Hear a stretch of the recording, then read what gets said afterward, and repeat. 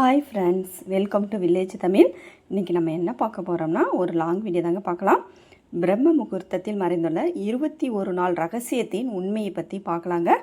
எவ்வளவு அபாயகமான மனுஷனாக இருந்தாலுமே காலையில் 3 மணி முதல் 6 மணி வரை அந்த பிரம்ம முகூர்த்த நேரத்தில் எழுந்து சில விஷயங்களை நம்ம செய்தாலே அவங்களோட வாழ்க்கை மாறிவிடும்.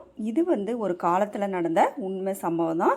ஒரு நாள் பார்வதி தேவி சிவபெருமானை நோக்கி கேட்குறாங்க, சாமி, நான் கவனித்தேன், எவ்வளவு துரதிருஷ்டவசமானவங்க கூட காலையில் பிரம்ம முகூர்த்த நேரத்தில் எழுந்தால் ரொம்ப சந்தோஷமாக இருக்கிறாங்க. இதுக்கு என்ன காரணம்? இந்த பிரம்ம முகூர்த்த நேரத்தோட ரகசியம் எனக்கு சொல்லுங்க அப்படின்னு கேட்குறாங்க. அப்போது சிவபெருமான் சொல்கிறாரு, தேவி, இந்த கேள்விக்கு நான் ஒரு கதை மூலமாக தான் பதில் சொல்வேன். இந்த கதையை நீங்கள் கவனமாக கேளுங்க அப்படின்னு சொல்கிறாரு. யாரானாலும் இந்த கதையை முழுசாக கேட்டுட்டா, அந்த நேரத்தோட ரகசியம் தெரிஞ்சுக்கிட்டா வாழ்ந்தாலும் வேறு மாதிரி தான் வாழ்வாங்க அப்படின்னு சொல்கிறாரு. அப்போது சிவபெருமான் கதையை சொல்ல ஆரம்பிக்கிறாரு. பல வருடங்களுக்கு முன்னாடி காசி நகரத்தில் தீனான்னு ஒரு பையன் இருந்தான். அவன் ரொம்ப நல்ல பையன்தான். ஆனால் ஒரே ஒரு கெட்ட பழக்கம்தான் அவன்கிட்ட இருந்தது. அவன் அதிகாலையில் எழவே மாட்டான். காலையில் எத்தனை பேர் அவனை எழுப்பினாலும் அவன் அலறாமல் தூங்கிட்டே இருப்பான். எப்போவுமே காலை 9 மணிக்கு தான் அவன் எழுவான் அப்படின்னு சொல்கிறாரு. சின்ன வயசில் இருந்தப்பவே இந்த பழக்கம் இருந்தது. குடும்பத்தார் நினச்சாங்க, இந்த பையன் பெரியவனானா பழக்கம் மாறிடும். ஆனால் அந்த பையன் வளர வளர அந்த பழக்கம் வேரூன்றிடுச்சு. உலகமே புரட்டி போட்டாலும் அந்த பையன் மட்டும் சீக்கிரமே எழவே மாட்டான். அவன் அப்பா அவனோட இந்த பழக்கத்தால் ரொம்பவே கவலையாக இருந்தார். அவன் வாழ்க்கையில் நெகட்டிவ் ஏரியாவே உருவாயிட்ட மாதிரி, தினமும் ஏதோ மனசு வறண்டு போனது மாதிரி இருந்துச்சு. யாராவது பேசினாலும் கடுப்பாக பதில் சொல்லுவான். நாள் முழுக்க மனசு கவலையிலேயே இருப்பான். இது அவனோட உடல்நலத்துக்கு பாதிப்பாகவே இருந்துச்சு. ஒரு நாள் அவன் ஃப்ரெண்ட்ஸுங்க எல்லாரும் சக்ஸஸ்ஃபுல்லாக ஆகிட்டாங்கன்னு தெரிஞ்சதும் அவன் இன்னும் அதிகமாக டென்ஷன்லையும் ஏமாற்றத்துலையும் விழுந்தான். என்ன பண்ணனாலும் ஆகலை, என் வாழ்க்கையிலேயே பாக்கியம் இல்லை போலையேன்னு கடவுள்கிட்ட சத்தமாக கத்த ஆரம்பித்தான். ஆனால் அந்த பையன் தோல்வி அடைவதுக்கு காரணம் என்னன்னு அவனோட அப்பாவுக்கு தெரியும். சிவபெருமான் பார்வதியிடம் சொல்கிறாரு. ஒரு நாள் அந்த பையன் அப்பா ஒரு சன்னியாசி பற்றி சிந்திக்க ஆரம்பிக்கிறாரு. உடனே முடிவு பண்ணிட்டாரு, அந்த பையனோட பிரச்சனையை எடுத்துக்கிட்டு அந்த சன்னியாசிகிட்ட போகிறதுன்னு. அந்த சன்னியாசிக்கு தன் பையனோட பழக்கங்கள் எல்லாம் சொல்லியிருக்கிறாரு. சன்னியாசியும் கேட்டுவிட்டு சொல்கிறாரு, நாளைக்கு உங்கள் பையனை கூட்டிகிட்டு இந்த ஆசிரமத்துக்கு வர சொல்லுங்க. அவனோட அப்பா வீட்டுக்கு போகிறதுக்கு முன்னாடியே திட்டமிட்டு வச்சுருந்தாரு. அவருக்கு தெரியும், பையன்கிட்ட நேராக சன்னியாசி பற்றி சொல்லிட்டா அவன் ஒருபோதும் ஒத்துக்க மாட்டான். அதனால் ஒரு திட்டமிட்டு அவனை கூப்பிட சொல்கிறாரு. உன் நண்பர்கள் எல்லாம் வாழ்க்கையில் வெற்றி பெற்றுட்டாங்கல்ல, நீயும் வெற்றி பெறணும் இல்லையா? அந்த பையன் சொல்கிறான், கண்டிப்பாப்பா. ஆனால் என் ஃப்ரெண்ட்ஸுங்க யாரையும் கேட்டாலும் அவங்க எப்படி சக்ஸஸ் ஆனாங்கன்னு தெரியாமல் ஒரே குழப்பமாக இருக்குது. யாரும் வாயை திறந்து ஒன்றும் சொல்லவே மாட்டேங்கிறாங்கப்பா. சிவபெருமான் சொல்கிறாரு. அப்போது அவன் அப்பா மெதுவாக சொல்கிறாரு, அவங்க ஏன் வெற்றி பெற்றாங்கன்னு எனக்கு இப்போது தெரிஞ்சிருக்கு. அவன் பையன் ஆவலாக கேட்குறான், சொல்லுங்கப்பா, என்ன தான் அந்த ரகசியம்? அவனோட அப்பா சொல்கிறாரு, நாளைக்கு காலையில் ஒரு சன்னியாசியோட ஆசிரமத்துக்கு போகணும். நேரத்துக்கு முன்னாடி போனால் தான் அந்த சன்னியாசி உனக்கு ஒரு மந்திரம் சொல்லுவார். அந்த மந்திரம் உனக்கு பெரிய வெற்றியை தரும். ஆனால் ஒரு சின்ன விஷயம் இருக்குது. பையன் உடனே, சொல்லுங்கப்பா, நான் நாளை ராத்திரி முழுக்க விழிக்க போகிறேன். காலையில் போய் அந்த சன்னியாசியை நான் சந்திச்சுட்டு வந்துடுறேன். அவனோட அப்பா சொல்கிறாரு, சரி, நீ அந்த சன்னியாசியை சொல்கிறது எல்லாம் பண்ணணும். பையன் ரொம்ப சந்தோஷமாக இருந்தான்.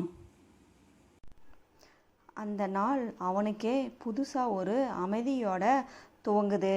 அந்த பையன் சன்னியாசின் ஆசிரமத்துக்குள்ளே நுழையிறான். உள்ளே பார்த்ததும் அதிர்ச்சி அடைகிறான். சன்னியாசியும் அவரோட சீடர்களும் எல்லாரும் தியானத்தில் இருக்கிறாங்க.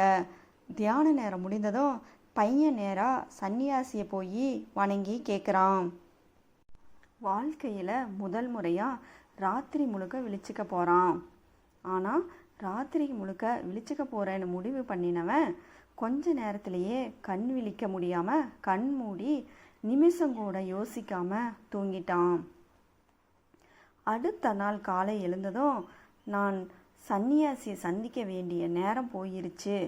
அவன் எழுந்த நேரத்திலே சன்னியாசி ஃப்ரீயாக இல்லை. அவன் அப்பா அவனை பார்க்குறாரு. சற்று கேவலத்தோட ஏமாற்றத்தோட சொல்கிறாரு, நீயும் ஒன்றும் செய்ய மாட்ட, போடா, திரும்ப போய் தூங்கிக்கோ. இந்த வார்த்தை பையனோட உள்ளத்தை ரெண்டு பண்ணிடுச்சு. அவன் மனசுக்குள்ளேயே சவால் வச்சுக்கிறான். நாளைக்கு காலையில் நான் கண்டிப்பாக அந்த சன்னியாசியை சந்திக்க போகிறேன். அதுக்காக ராத்திரி தூக்கம் வரக்கூடாதுன்னு தன்னோட காலில் சிறிய காயம் வர வைக்கிறான். அந்த வேதனையால் அவனுக்கு தூக்கம் வரல. சிவபெருமான் சொல்கிறாரு, தேவி, இதுதான் அந்த பையன் வாழ்க்கையில் முதல் முறையாக பார்த்த சூரியோதயம். அவன் ஆசிரமத்துக்கு புறப்படுறான். அப்போது சன்னியாசி சொல்கிறாரு, சரி, நாளைக்கு முதல் உன்கிட்ட ஒரு பயணம் ஆரம்பிக்க போகுது. நீ இந்த ஆசிரமத்துக்குள்ள தங்கணும். நான் சொல்கிற எல்லாத்தையும் நீ செஞ்சாகணும். இடையில் ஒரு நாள் கூட நீ சலிக்கலாம்னு கூட நினைக்கக்கூடாது. உன் மனசு உன் சபதம் எல்லாமே வலிமையாக இருக்கணும். இல்லாட்டி அந்த மந்திரம் எந்த வேலையும் செய்யாதுன்னு சொல்கிறாரு. அந்த பையன் உடனே நெஞ்செழுத்தி சொல்கிறான், சுவாமி, எனக்கு அந்த மந்திரத்தை தெரிஞ்சுக்கணும். நான் அடுத்த 21 நாளுக்கு உங்கள் சீடனாகவே நான் இருப்பேன். நீங்கள் சொல்கிறதையெல்லாம் நான் செய்வேன்.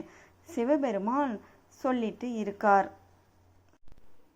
உங்களிடம் ஒரு மந்திரம் இருக்கும்னு கேள்விப்பட்டேன். நான் வெற்றி பெறணும். என் ஃப்ரெண்ட்ஸுங்க மாதிரி நல்ல வாழ்க்கை நடத்தணும்னு எனக்கு ஆசையாக இருக்குது. அந்த மந்திரம் என்னன்னு எனக்கு சொல்லுங்கள் சுவாமி. சிவபெருமான் சொல்கிறாரு.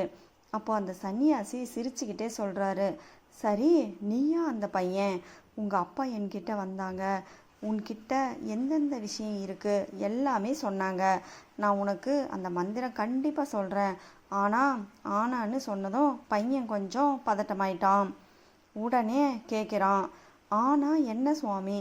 சன்னியாசி சொல்கிறாரு, நான் அந்த மந்திரம் சொல்கிறதுக்கு முன்னாடி நீ 21 நாளுக்கு எங்கிட்ட முழுசாக கட்டுப்பட்டு இருக்கணும்.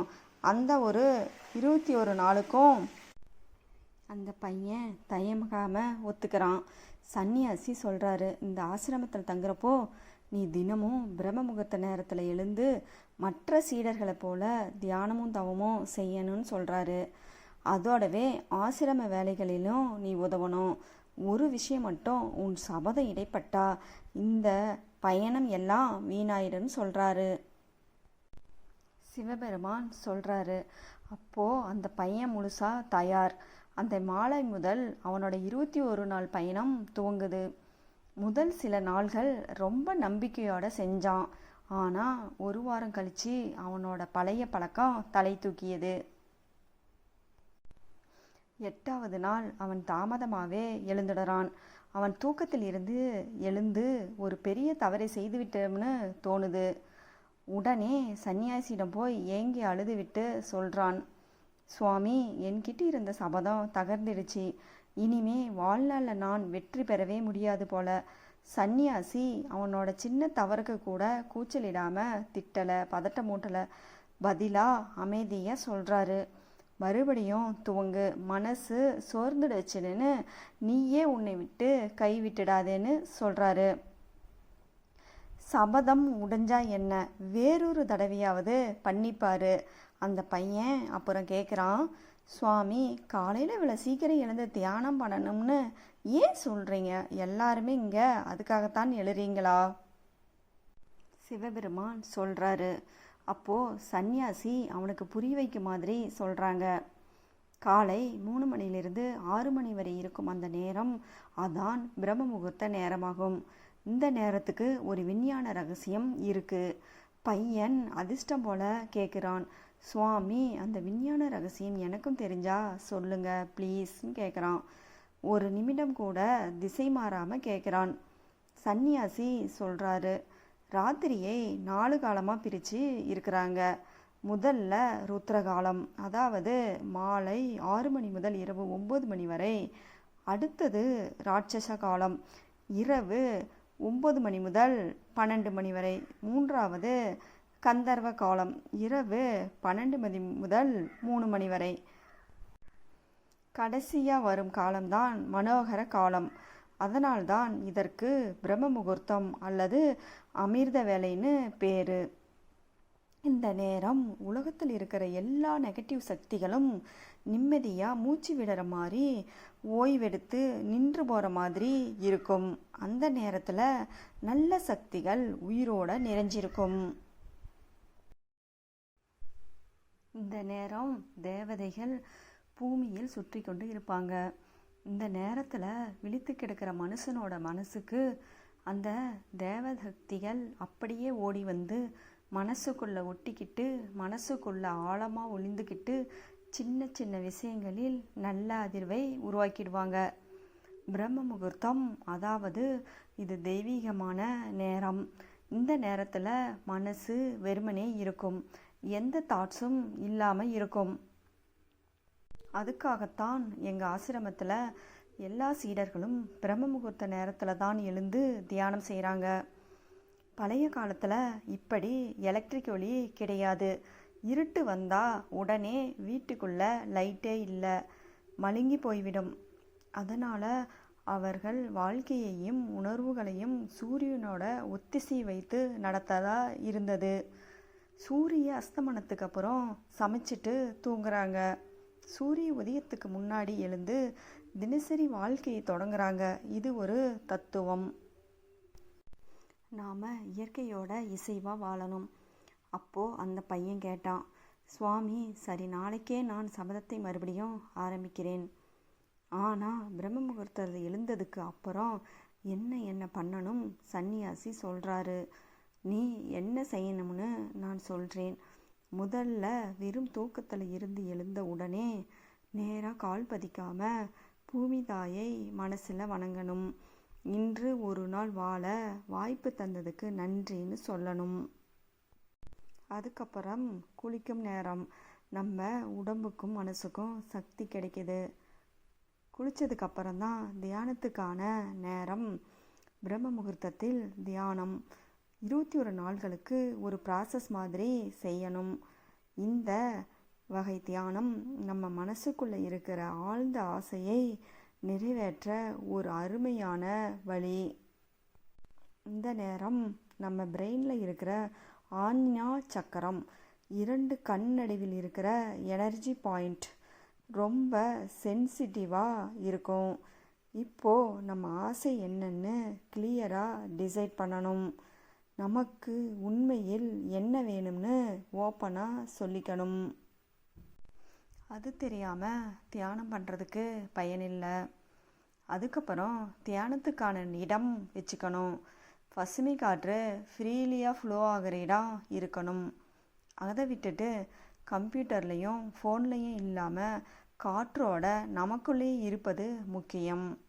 ஏன்னா அந்த வாயுக்களே நம்ம நரம்புக்குள்ளே டிஃப்யூஸ் ஆகி அந்த மனசுக்குள்ளே தீவிரமாக பதியிற ஆசையையும் எண்ணங்களையும் சப்கான்சியஸ் மைண்டுக்குள் தூக்கி கொண்டு போயிடும். இந்த நேரம்தான் நிச்சயங்கள் பிரபஞ்சத்துக்கே ஒரு அலை போல அனுப்பப்படுற நேரம். அங்கே இருந்து பதில் ஒரு அதிர்வும் நிகழ்வும் வந்து சேரும் நேரம். தியானத்துக்கான உடல்நிலை ரொம்ப முக்கியம். முதுகெலும்பும் கழுத்தும் நேராக இருக்கணும். அது நம்ம எனர்ஜி சரியாக ஓட இப்போவே ஃபவுண்டேஷன் வைக்கிற மாதிரி. நாம் அமைதியாக உட்காரணும். கண்ணை மெதுவாக மூடணும். நம்ம உடலும் மூச்சும் பூரணமாக சைலண்டாக ஆனதும் இந்த நேரத்தில் நீண்ட ஆழமான மூச்சை இழுத்து உள்ளே நிறுத்தணும்.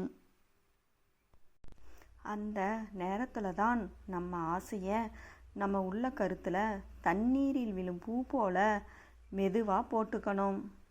நம்ம நம்பிக்கையை தேவதைகள், குரு, இஷ்ட தெய்வம் மீது இருக்கணும். அந்த சன்னியாசி சொன்னதும் மூச்சை நிறைய நேரம் உள்ளே வைத்துக்க முடியாமல் உக்கிரமாக சுவாசிக்கணும் போல தோணும். அந்த நிலையில் மெதுவாக மூச்சை விடணும். மூச்சை மூக்கில் கொண்டு உள்ளே இழுத்து வாய் வழியாக வெளியே விடணும். இந்த ப்ராசஸை தினமும் 3 முறை அல்லது 4 முறை செய்யணும். இதை நம்ம தினசரி பண்ணும்போது நம்ம ஆசை நிச்சயமாக அந்த சப்கான்ஷியஸ் மைண்ட் வரை போய் சேரும். இந்த தியானத்தில் ஆன்ய சக்கரம் ஆக்டிவேட் ஆகுது. நம்ம கொடுக்குற அதே ஆன்யையை அந்த யூனிவர்ஸ் ஆக்ட் பண்ண ஆரம்பிக்குது. மூச்சை எளிமையாக நிறுத்தி வைக்கிற இந்த சமயம் நம்ம உடம்பு எமர்ஜென்சி மோடில் போகிற மாதிரி ஒரு ஸ்டேட்டுக்கு போகுது. இந்த நேரத்தில் மனசு சிதறாமல் மேலே கீழே ஓடுற எண்ணங்களும் இல்லாமல் நிம்மதியாக உள்ளுக்கத்தோடு தைரியமாக இருக்கும். ஒவ்வொரு நினைவும் பியூராக இருக்கும். சிவபெருமான் சொல்லிட்டு இருக்காரு, இந்த பிரம்ம முகூர்த்த நேரத்தில் தான் ஈஸ்வரரோட ஸ்பெஷல் பிளஸ்ஸிங் கிடைக்குதுன்னு. யாரும் இந்த நேரத்தில் தன் ஆசையை, அதுவும் ஃபுல்ஃபில் ஆகிற நேரமே அதுதான். இந்த மாதிரி அந்த சன்னியாசி அந்த பையனுக்கு பிரம்ம முகூர்த்தத்தோட முக்கியத்துவத்தை அப்படி ஒரு இன்டென்சிட்டியோட புரிய வச்சாரு. அடுத்து 21 நாட்களுக்குள் அந்த பையன் அந்த ப்ராசஸை மனசார பண்ணினான். அவன் ரொம்ப காமாகவும் டிசிப்ளினாகவும் மாறினான். அடுத்த 21 நாள் முடிஞ்சதும் அவன் ரொம்ப சந்தோஷமாக சன்னியாசியிடம் போய் சொல்கிறான், சுவாமி, நான் சபதம் பூர்த்தி பண்ணிட்டேன். இப்போ எனக்காக சொல்லப்பட்ட அந்த வெற்றிக்கு வழிகாட்டு மந்திரம் சொல்லுங்க. சன்னியாசி சிரிச்சுக்கிட்டே சொல்கிறாரு, நீ 21 நாள் பண்ணினது தான் அந்த மந்திரம்டா. எவன் ஒருவன் இந்த பிரம்ம முகூர்த்தத்தில் எழுந்து மனசார வேண்டுவானோ அவன் வாழ்க்கையில் ஒருபோதும் தோல்வியடைய மாட்டான். இப்போ உனக்கு இந்த ரகசியம் தெரிஞ்சாச்சு. இனிமே இதையே வாழ்நாளெல்லாம் பின்பற்று. நீ நிச்சயமா வெற்றியும் உன் வாழ்க்கையின் லட்சியமும் அடைவாய். அந்த பையன் நன்றியுடன் வணங்கி அந்த பிரம்ம முகூர்த்தத்தின் ஒவ்வொரு விதியையும் வாழ்க்கை முழுக்க பின்பற்றுவேன் என்று வாக்கு அளித்தான். சிவபெருமான் சொல்கிறாரு, தேவி, இப்போ உனக்கு தெரிஞ்சிருக்கும் இந்த பிரம்ம முகூர்த்த நேரம் எப்படி நம்ம வாழ்க்கையை ஒளியோடு நிரப்பி வைக்கும்னு. பார்வதி தேவி சிரிப்புடன் வணங்கி சொல்கிறாங்க, சுவாமி, எனக்கு இப்போ முழுசாக புரிஞ்சிருச்சு. பிரம்ம முகூர்த்தத்தோட ரகசியம் என் மனசுக்குள்ளே பதிஞ்சு போச்சு. அவங்க சிவபெருமானை வணங்குறாங்க. இந்த வீடியோ பிடிச்சிருந்தா லைக் பண்ணுங்கள், ஷேர் பண்ணுங்கள், கமெண்ட் பண்ணுங்கள், மறக்காமல் சப்ஸ்கிரைப் பண்ணுங்கள். பாசமுள்ள வில்லேஜ் தமிழ். இப்போது உனக்கு இந்த ரகசியம் தெரிஞ்சாச்சு. இனிமே இதையே வாழ்நாளெல்லாம் பின்பற்று. நீ நிச்சயமாக வெற்றியும் உன் வாழ்க்கையின் லட்சியமும் அடைவாய். அந்த பையன் நன்றியுடன் வணங்கி அந்த பிரம்ம முகூர்த்தத்தின் ஒவ்வொரு விதியையும் வாழ்க்கை முழுக்க பின்பற்றுவேன் என்று வாக்கு அளித்தான். சிவபெருமான் சொல்கிறாரு, தேவி, இப்போ உனக்கு தெரிஞ்சிருக்கும் இந்த பிரம்ம முகூர்த்த நேரம் எப்படி நம்ம வாழ்க்கையை ஒளியோடு நிரப்பி வைக்கும்னு. பார்வதி தேவி சிரிப்புடன் வணங்கி சொல்கிறாங்க, சுவாமி, எனக்கு இப்போ முழுசாக புரிஞ்சிருச்சு. பிரம்ம முகூர்த்தத்தோட ரகசியம் என் மனசுக்குள்ளே பதிஞ்சு போச்சு. அவங்க சிவபெருமானை வணங்குறாங்க.